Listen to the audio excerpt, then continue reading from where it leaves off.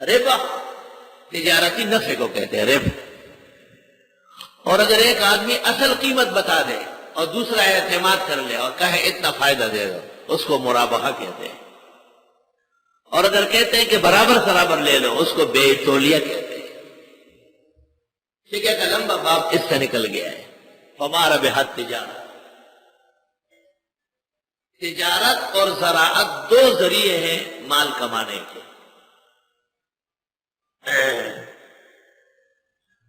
انفقوا مما کسبتم ومما اخرجت لکم الارض، ایک کسب ہے یعنی تجارت، اور اس کے بعد زراعت۔ امام ابو حنیفہ اور امام مالک کے نزدیک افضل پیشہ وہ تجارت ہے۔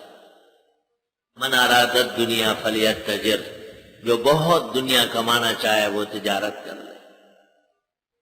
اکثر انبیاء اور مرسلین تجار تھے، صرف لوط علیہ السلام زراعت کرتے تھے، باقی تمام انبیاء اور مرسلین تجار تھے۔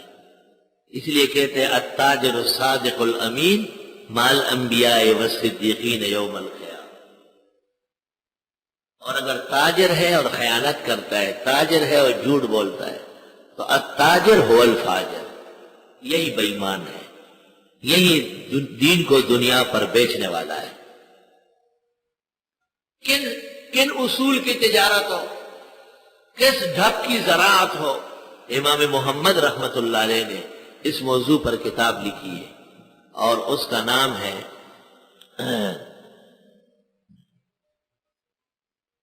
امام الاقتصاب فی الرزق المستطاب، الاقتصاب فی الرزق المستطاب۔ شمس الائمہ نے اس کی شرح لکھی ہے، لیکن زیادتی یہ ہو گئی کہ امام محمد کی عبارتوں کو اپنی عبارتوں میں ملا دیا، پتہ نہیں چلتا کہ متن کہاں ہے اور شرح کہاں ہے۔ آج کل وہ کتاب الکسب کے نام سے مل رہی ہے۔ کتاب الکسب کے نام سے ایک جلد ہے، وہ تو فروشوں کے پاس رکھی ہوئی ہے، سمجھدار لائق طالب اس کو خرید لے، نالائق کے کام کی نہیں، وہ اس سے فائدہ نہیں اٹھا سکتا۔ اور امام محمد امام ابو حنیفہ کے شاگرد خاص ہے، اور امام صاحب اپنے زمانے کے سب سے بڑے تاجر تھے، بہت بڑے تاجر۔ کئی ملکوں میں ایک ہی وقت میں ان کی تجارت چلتی تھی، اور حضرت درس دیتے تھے تو سامنے صرف طلباء علماء آتے جاتے تھے، کاروباری ساتھیوں کو اجازت نہیں تھی، وہ پیچھے سے آتے تھے، اس طرح درمیان میں تھوڑا سا وقفہ کر لیتے تھے، ان سے لین دین ہو جاتا تھا، تھوڑا چلو روانہ ہو جاتا۔ لوگ کہتے تھے کہ آپ تو جاتے نہیں ہیں، نہ آپ کبھی ان کے ساتھ اٹھ کے چند قدم لیتے ہیں، تو حضرت فرماتے تھے کہ حدیث شریف میں آیا ہے جس نے اپنا سارا غم اور ہم دین بنایا، اللہ دنیا ویسے عطا فرمائے گا۔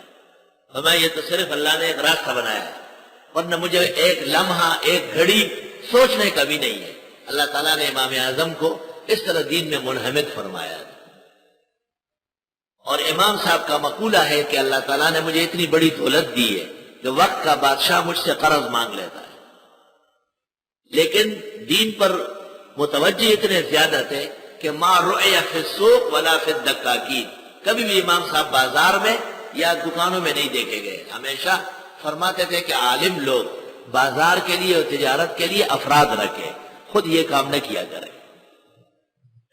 فما ربحت تجارت ہو، تو پہلا کام جو دنیا میں ہے دنیا کمانے کا، وہ حلال اور جائز تجارت ہے۔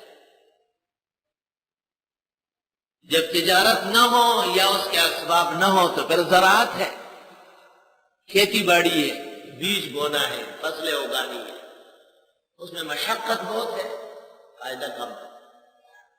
سلمن غنم نمام جان شل پاؤ کی وی خوڑل پداؤ کی، جس کا ایک پاؤ ہوتا تھا تو محمد جان ایک شخص تھا، اس کے 100 من ہوتے تھے، لیکن وہ ایسے اڑتے تھے جیسے چٹان اڑتا ہو۔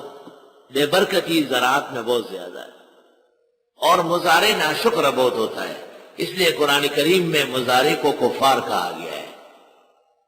ناشکر بہت ہوتے ہیں، کچھ بھی نہیں ہے، انا لمغرمون، اوف ہم مارے گئے، اوف ہم محروم ہو گئے، ہمارے پاس کیا ہے۔ ایک شخص یہاں آیا، اس نے کہا میں ٹماٹروں کا ٹرک لایا ہوں پنجاب سے، 16,000 روپے مجھے دینے ہیں ٹرک والے کو، صرف وہ دے دو اور پورا ٹماٹر ٹرک بتا دو۔ میں نے پوچھا کہ ٹماٹروں میں کوئی ٹماٹر صحیح ہے سلامت قائم ہے؟ ٹماٹر کی چٹنی ہے جو نیچے بہ رہی ہے۔ وہ کوئی واقعہ ہوا تھا، بارش ہوئی تھی، منڈی بند ہو گئی تھی، تو مجھے یہ بات یاد آئی کہ امام اعظم نے اپنے شاگردوں کو کہا تھا ہو سکے تو تجارت کیا کرو، زراعت سے ہٹ کے رہا کرو۔ امام شافعی نے کہا ہے زراعت کرو، تجارت سے ہٹ کے رہو۔ کیوں؟ وہ کہتے ہیں زراعت میں کیڑے مکوڑے، چرند پرند درند، غریب مسکین کوئی ساگ لے جا رہا ہے، کوئی خشک لکڑی لے جا رہا ہے، کوئی وہاں جانور چرا رہا ہے، اتنی خیرات و حسنات آپ کی جمع ہو جائے گی۔ اور تاجر تو ہمیں وقت مال جمع کرنے میں لگا رہتا ہے۔ ہر گلیرا رنگ و بوئی دیگر رس، ہر شخص کو اللہ نے علیحدہ رنگ ڈنگ دیا ہے، اسی طرح ذوق سلیم بھی نصیب فرمایا ہے۔